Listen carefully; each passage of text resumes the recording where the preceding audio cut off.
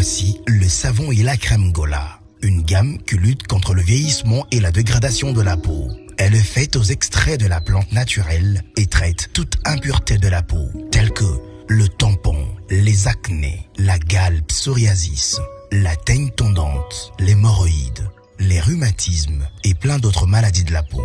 Notez bien, le même produit dans un nouvel emballage. Gola, traitant et unifiant. Un produit de l'Erisien Society.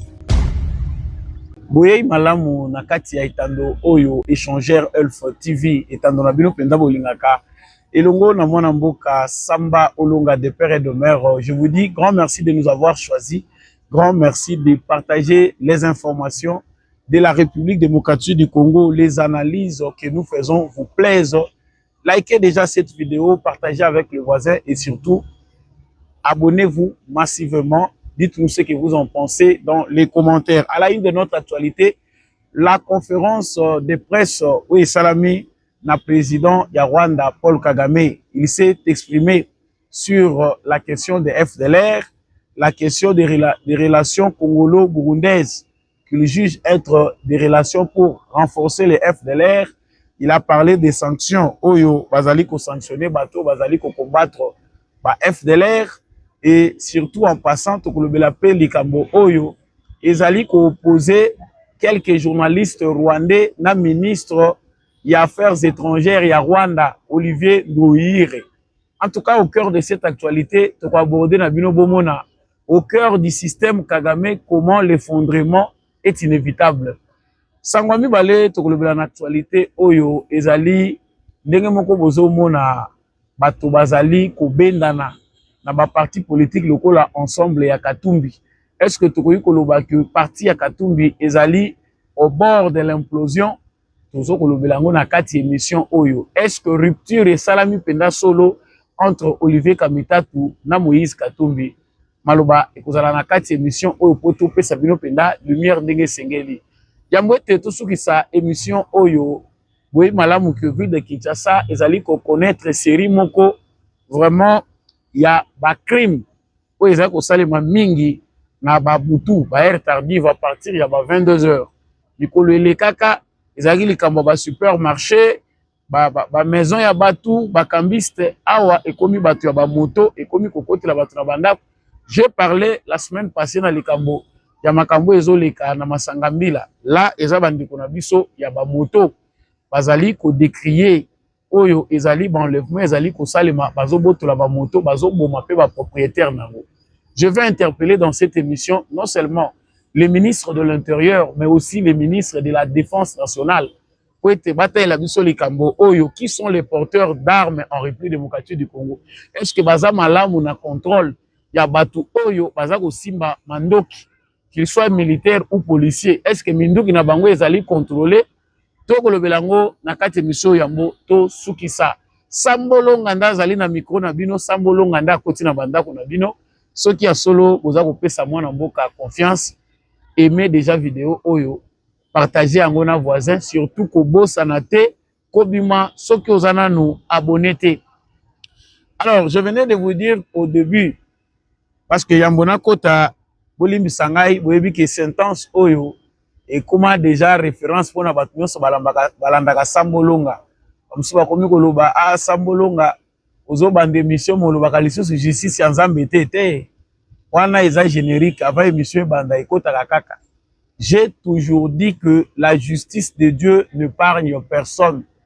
Biso nyonso tozali redevable pour na ba acte na biso. Soki okosalaka mabe okanisi ke miso bato emona ote yeba ya Nzambe ezomona yo. Les karma existent bandeko na ngai. Faites du bien, vous n'allez pas tirer de mauvaises conséquences. Soko ozo sala malamu, conséquences eza malamu. Ozo sala mabe, yeba pe okobuka ka mabe oyo ozali kolona. Nazongi na lombango na basango parce que yango nde ezaka priorité et tout anisaka ngai na bino. Paul Kagame certainement est en train de vivre ces derniers jours. Bato ebele baza komipesa pasi. Pour mon ndenge actualité ezali désordonnée, actualité eza ko pesa pa impatient kanda parce que kotala que jusqu'à ce stade Paul Kagame continue toujours à s'entêter en parlant. auti ko la conférence de presse moko lobby moyen na la bino bilili ezalité parce que alobele yango na munoko na bango na Kinyarwanda. Et l'autre liboso élément épinglé par rapport à Est et à Congo, ezali question ya ba FDLR. À entendre Paul Kagame, azali koloba, soki likambo ya ba FDLR eza résoluté, je préfère les répéter. Alobi, la question ya FDLR ezali au centre ya ba préoccupation sécuritaire naïe. Il a qualifié de superficielles les initiatives engagées jusqu'ici pour désarmer ces groupes armés et estime qu'elles ne permettaient pas de traiter les causes profondes de la crise. Il a également affirmé que le Rwanda restera concerné tant que la question sécuritaire liée au FDLR ne sera pas résolue. Donc, pour la Paul Kagame, en tout cas, Atikali Kaka, Macharabia Naye, légendaire. Pour Paul Kagame, les FDLR restent l'argument central. Il y a présence, il y a des militaires naïe sur le sol congolais. Outre les accusations, toutes ces accusations formulées et avec de preuves par les Nations Unies, les États-Unis d'Amérique et voire certains pays européens, ezali kolobela Paul Kagame et Loro Moroté. Pour lui, l'argument officiel auquel il s'attache nuit et jour reste le FDLR. Tout est Rolanda que Mikolo Eleki, République démocratique du Congo via gouvernement Nabiso, Nabotinda ya ministre, il y a intégration régionale. Floribert Anzoulouni. Balakisi plan, il y a désarmement, il y a ba FDLR. Ba FDLR ou baza sensibilisé. On a présenté un agenda et pas il y a Nations Unies. Bien qu'il y a des critiques, mais le FDLR veut coopérer. Mais et là, Kagame Lingi Bango vivanté. C'est-à-dire Kagame avait insisté sur ce qui était écrit dans l'accord des États-Unis à lobby. On a dit neutralisation. Via ministère des Affaires étrangères, ministre des Affaires étrangères Balobi, ce que la RDC veut faire n'a rien à voir avec Obango Basenaki. On ne sait pas si par neutralisation, Paul Kagame veut que Tshisekedi a massacré Batouana, ndenge ya massacré Kakabatu Mususu, ndenge ya neutralisé Kakabatu. Ça reste à se savoir. Malgré ces protocoles, malgré la transparence engagée par le gouvernement congolais, on a qu'à répondre à la clause moko fâcheuse ou fâcheuse. Parce que conclusion, il y a un grand nombre de Congolais autosépélatés. Les négociateurs congolais, lorsqu'on rédigeait ces textes, il a fallu revendiquer. Au moins, balobi, on a Rwanda levé à mesures défensives. Pour la République démocratique du Congo, neutralisation à FDLR. Ça a été quelque part non équilibré. Mais Rwanda tikali nango loko l'argument principal. Et ici, Paul Kagame a lobby, ce qui va résoudre les questions, en tout cas pour Nanga, n'a toujours concerné dans Makabozo le Congo. Autrement dit, je ne retirerai pas les militaires rwandais sur le sol congolais tant que les Cambo est résolu. Mais tout le monde a l'intérieur à l'Ikabo. Ça reste un alibi officiel. Mais dans le fond, tout le monde sait que le vrai FDLR auquel s'attache Paul Kagame et le bas ministre Awaya Industrie ou Julien Palouk, le vrai FDLR reste le minerai. Le vrai FDLR pour Paul Kagame est allé justificatif, mais en réalité, il vient chercher le minerai congolais. Que va faire le gouvernement congolais? Parce que langage ya Kagame est allé déjà clair. Je ne sors pas. Pour moi, je ne sors pas parce que je vois que Bozo résoudre les questions FDLR. Ils ont même amplifié pour dire Baba Mindele que ndenge tozali awa Tshisekedi atondisi ba FDLR na armée na ye. Baza même na garde républicaine. C'est une façon de créer un nez gordien. C'est-à-dire situation est à la compliquée tant et les Kaganango. Parce que on a dit dans d'autres émissions que Paul Kagame souci na ye za la katango. Il a gagné na ye temps à continuer na ye au servir batu o ya servaka ye pas au tirer ba dividende na ye. Tellement qu'il est forgé dans ça. Ça fait plus de 30 ans maintenant. Et c'est difficile pour na ye au changer il faut une force pour na kolongola ye na position wana. Je vous parlerai de son avenir quand on a abordé point ya suka wezo tala makambu na ye na gouvernement na ye komi na balangage ebele. Paul Kagame a encore abordé l'autre question, ezali ya Burundi. Le rôle la président Burundi a commis que ça la passe na Kagame, na alliance à Salina Congo, topena Félix Tshisekedi. Paul Kagame a kozongela ba propos na ye pour dire que le président burundais tango à s'associer qui na président congolais atindi ba militaire na ye ya Burundi na Congo. Lui Paul Kagame l'avait appelé pour savoir ce qui ne va pas. Mais on essaie un peu de se poser des questions. Est-ce que Paul Kagame se sent avoir le droit d'empêcher toute collaboration militaire entre le Congo et un pays tiers? C'est-à-dire ceux qui pays moko elingi ko aider RDC militairement, ko s'associer, ko coopérer na RDC pour la Kagame azo kanisa que argument na yezali ko kende ko s'associer na FDLR pour basanga. Chers Congolais, il faut te yeba mutu oyo ba argument na ye est commis périmé. Ce sont des arguments connus de tout le monde. Batu basi ba yoka déjà ba makambo. Batu baza déjà habitué ya kolanda biloko oyo mutu azongela ka chaque fois. Même la communauté internationale sait aujourd'hui qu'il n'y a pas moyen face à la vérité. Il y a kozwa makambo oyo Kagame azoloba comme argent comptant et puis qu'on peut essayer de part ya malamu.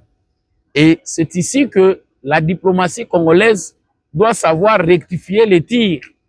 Monsieur le président de la République, il est important que Bissopé doit adopter langage moussousou face aux mensonges répétés de Paul Kagame. La vérité est déjà là, elle a éclaté au grand jour. Mais comme Paul Kagame veut s'accrocher na bastus na ye mensonger, oui, ça la kakeye a continué à agresser Congo. Nous aussi, nous devons donner, fixer les limites avec la communauté internationale. Parce que le peuple congolais ne va pas demeurer kaka éternellement to vandi to zozela kaka ke ti mokolo ba ko convaincre, non.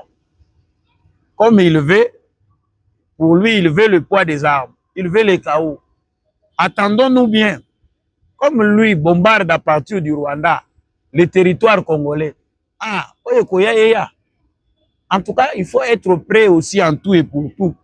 Le président burundais, lui, si c'était que lui, mais le moment où le président Burundi a déjà sa côté guerre na Rwanda pour bango mite mes amis poussé.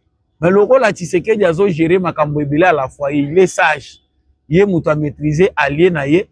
Même lorsqu'ils sont venus s'accaparer d'Ouvira, les Burundais se sont retirés bazongi pa na bango ba telemi na frontière. C'était une politique de Tshisekedi ayeba qui était to géré.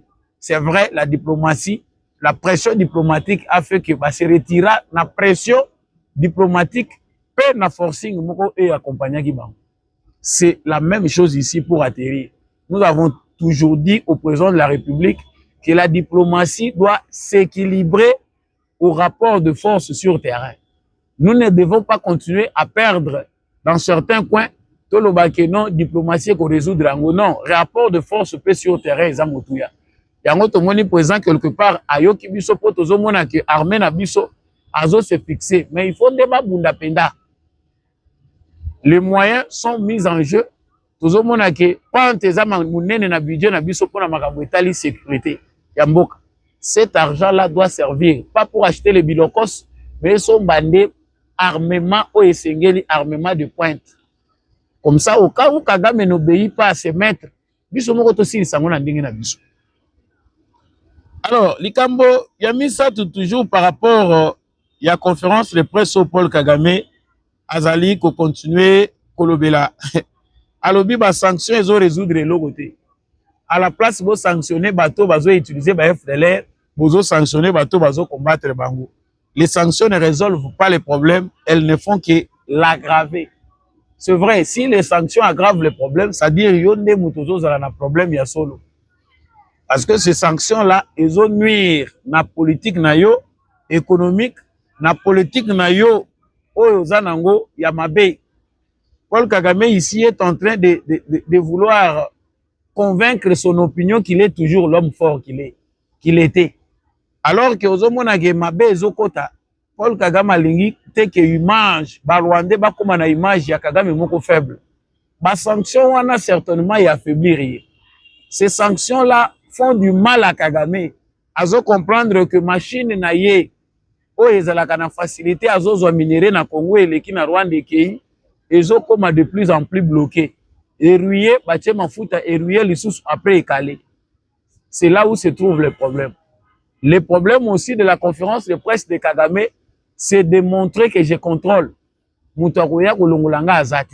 Ça, c'est une guerre d'image. C'est une guerre de positionnement pour Abangi Sabatunaye, va continuer au Bangaye. Chers Rwandais, si vous avez eu toujours peur et qu'aujourd'hui vous sentez que vous devez vous battre pour que votre pays devienne démocratique, c'est maintenant. Le Kagame que vous voyez, c'est un tigre en papier, il est déjà affaibli. C'est maintenant que les Rwandais conscients doivent s'occuper de leurs petits dictateurs. Ne suivez pas ce qu'il est en train de dire dans les médias parce que ça ne sert plus absolument à rien. Il n'impressionne personne. Il veut faire peur parce que les dictateurs sont comme ça. Lorsqu'il est vers la fin de son règne, il veut donner l'impression que je contrôle. Il veut réprimer pour montrer que j'ai toujours la force, je suis ce que je suis, alors qu'il est déjà affaibli. Toutes ces conférences de presse tentent à rassurer l'opinion rwandaise. Ce n'est même pas un justificatif par rapport à la communauté internationale. La communauté internationale est dans la honte face au dossier congolais. Les Nations Unies sont dans la honte face au dossier congolais. Parce que ce qui s'est fait au Congo et ce qui s'est fait au Congo, c'est plus qu'un drame. Aucun pays dans le monde n'a perdu plus de 15 millions d'habitants, plus de 15 millions de patriotes ou de citoyens. Mais parce que la vérité dans le monde actuellement doit être validée par les Occidentaux. Jusqu'à ce stade, on continue de faire croire au monde entier que au Congo, ce n'est pas un problème, c'est un souci qu'il faut résoudre entre le Congo et le Rwanda, entre Tshisekedi et Kagame. Il essaye d'étouffer ce qui doit être une procédure de justice. Parce que ce qui s'est fait, c'est plus que de la barbarie. C'est au-delà de la sauvagerie. Nous ne savons pas dans le siècle passé, dans les millénaires des siècles passés, s'il y a eu une telle sauvagerie. Mais les gens valident parce que l'opinion internationale est forgée majoritairement par les Occidentaux. Yango tozo bisa ba Congolais botika kolanda ba conférence de presse à Kagame a omoni a lobby biso a tozo banga boy non. Tu sais que dinde penda l'homme coriace, l'homme de la situation autozui. Soki Kagame a commis na souka nde a commis biloba loba boy, c'est grâce à Tshisekedi.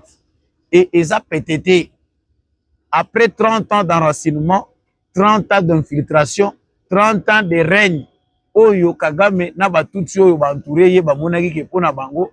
Et si l'Afrique centrale n'a Congo mobile comme Yabango, déraciner tout ça, il faut un homme de la situation. Bateau bazo s'attaquer à Tshisekedi ba monaki kaza pété, il ne maîtrise rien. Aujourd'hui, même ceux qui sont à l'extérieur comprennent que cette affaire est une affaire sérieuse et zo senga ke biso nyonso totelemela likambo. Donc la conclusion par rapport à cette conférence de presse est que monsieur Paul Kagame est en train de chercher à rassurer les Rwandais, à rassurer sa classe politique, à rassurer ses moutons, que va continuer Kolandaye, il n'y a rien qui va se passer. Lui est fort, il va maintenir sa présence au Congo. Mais la question logique que se posent plusieurs stratèges, plusieurs analystes, c'est que ça va durer combien de temps? Peut-il tenir comme ça face à d'autres sanctions qui vont encore se présenter? Peut-il tenir si aujourd'hui le Rwanda connaît le même sort que la RDC? Si une rébellion éclatait au Rwanda, est-ce que Kagame pourrait tenir 2, 3 mois, une année? Comme ça s'est passé avec Tshisekedi. Et là encore, il y a un autre dossier important. Oyo Obama toujours en fonction ya makambo oyo ezali à conférence de presse naïe. Paul Kagame a aujourd'hui du mal à bien concevoir ces mensonges pour que ba proxy naïe oyo bazwaka mensonge naïe pour balier sango mokili mobimba ba trafiquer nango. Vous savez, quand la vérité éclate au grand jour, les mensonges ne servent plus à rien. Kagame est en train de s'acharner contre ces travailleurs, bateau ya utilisaka, que ce soit au niveau national, que ce soit à l'international. Il y a des diplomates rwandais qui vont murmurer à travers le monde parce qu'ils n'ont plus d'arguments face na musala oyo Kagame azopesa bango. C'était facile. Aller aux Nations Unies, aller aux États-Unis, aller en Europe, continuer à pleurer, dire que nous les Tutsis, nous sommes menacés, voici ceci. Tout était préparé politiquement. En réalité, bazalaï ko convaincre. So les lots Kagame azo accusé bango que bazo rendre un mauvais service. Bazo ko défendre yeti. C'est que c'est un problème, il y a paranoïa. C'est que Kagame n'a pas compris que force na minute oyo, eza ya vérité. La force n'est pas la force de Tshisekedi. La force n'est pas que Batunaye bazangi argument, mais la vérité a déjà triomphé. Et c'est ça le vrai problème qui se pose aujourd'hui. Et na minute oyo, monsieur Olivier Ndoyiri, ministre des Affaires étrangères, naye azana problème na ba journaliste. Pourquoi? Batio ministre ya mensonge étranger. Batio ministre des réseaux sociaux, osa obligé chaque fois au saka pour défendre mokonzi na yo. C'est la vérité c'est bimi. Osa ko inventer l'histoire argument ya malonga te pour défendre. Les journalistes commencent à s'acharner sur lui. Botala bosala ke banaisa le lia Kagame. Nikolezo ya risque ezali que Ndouyiri Olivier ministre naye affaires étrangères wana babomaye. En tout cas retenez soit babomier, soit bampoisonner, soit on l'écarte catégoriquement. Parce que Paul Kagame a commis qu'on s'est lassé. Par argument ya Ndouyiri eza les sous-placé té. Donc à la recherche de bons arguments pour na défendre chef naye, il tombe dans la bêtise.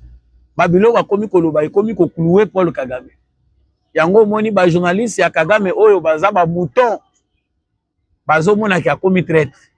Mais Kagame maintenant bimi olia gérer makamona lokola chef. Lorsque un journaliste tente de poser cette question-là, il s'attaque à ces journalistes-là pour na que faute ezali à Olivier Ndouyiri parce qu'il avait mal parlé aux journalistes. Il devait s'excuser auprès des journalistes. Ah bon? Ministre yakati ya gouvernement a commis na valeur mouké par rapport à journaliste. C'est que na moment où tozoloba ba division est commis qu'on s'est créé autour de Paul Kagame. Ba commis na bakan. C'est comme ça avec les dictateurs. Il a maintenant du mal de gérer les gens qui l'entourent. A comme mon abatunion sur ba ennemi na ye. Ba journaliste oh ya blâmer. Ceux qui botali ba na ba réseaux sociaux le col Albert contact ceux qui Albert moko a publié ka mingi na ba réseaux sociaux. Ba zangi argument na moment oyo. Olivier Ndouyiri est frustré parce que na moment tozoloba ba journaliste baza na valeur kolekaye. Chers Congolais, ne prêtons pas attention à ce qui se dit dans le média Banyamulenge, Rwandophone, Tutsi Congolais. Non, ça c'est chercher à distraire les Congolais parce que Kagame est affaibli. Observez bien, pendant que Kagame est affaibli, s'il est très en insécurité, c'est au Congo on sent de l'agitation. Il y a beaucoup de Congolais qui s'agitent autour de la question Banyamulenge et Tutsi. Depuis longtemps, là, vous étiez où? Batebele ba komi ba expert awa, alors que même histoire en Mboka bazo maîtriser. Oh, moni, bayaka na Congo, na depuis 1400, c'est-à-dire baza ba Congolais. Oyebi histoire te fanda kimia. Avant, na ba 1400, il n'y avait pas de Congo. Na 1800, il n'y avait pas de Congo. Nous parlons Congo grâce à la délimitation où salami na conférence de Berlin, na découpage au basalaki, na ndenge ba pesi biso ba Congo. Biso to salai Congo te. Tango basali découpage, on a basali batangi ba répertorier toutes les ethnies. Na ba tribu bango ba kutanaki localement. Ba enregistrer ango nulle part dans ce qu'on appelle aujourd'hui Congo, tout le monde a tribu moko kombo Banyamulenge na Batutsi. Ce débat refait surface parce que Kagame est affaibli. Et puis, les manaye au baza awa, il faut pas continuer comme ça la bêtise. Chers Congolais, comprenez que c'est pas facile. Bato baza ko s'agiter awa, baye bali na Kagame. Na kozonga émission moko spéciale, na kosala ka pona makamba Banyamulenge na Banyarwanda. Parce que tout le monde que manigance c'est zébé. Sujet mi balé na lobeli awa, ils ont toujours accompagnateur ya Kagame, ba Congolo bateka milimo. En réalité, ils sont restés Congolais que de nom. Mais na âme na bango basi bakoma ba Rwandais parce qu'ils ne partagent plus rien avec nous, ni les sentiments, ni la souffrance, ni quoi que ce soit. Bango ba intérêt na bango, na mitema na bango et comment attacher na Kigali parce que c'est de là que réside leur force. oyo bazoya nango kosala mabe na Congo po batonisaka bapoche na bango. Tozomona ke parti ya Katumbi eza au bord de l'implosion. Nazokima na tango. Parti ya Katumbi eza au bord de l'implosion. Pourquoi? Parce que Olivier Kamitatu, logiquement, il joue l'hypocrisie politique. Assis à Kabwani naye dans l'esprit, même dans le corps avec Moïse Katumbi.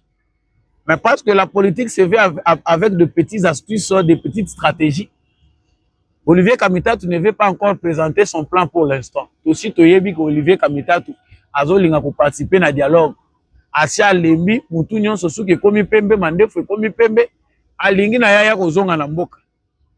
Ovanda na poto na Kimukolo, bapesa kayo mbongo. Na ki ajo yo Katumbi abanda kopesa kayo mbongo na fin du mois, sala boye par na yo yango, bazo pesa ba journaliste. Ça fait mal au cœur quelque part.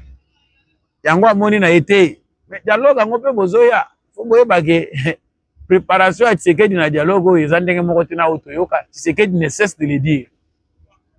Yango bomoni ba Hervé Diakese babandi ko préparer terrain. Babandi ko beta mabanga kuna. Bo sala biso comédie.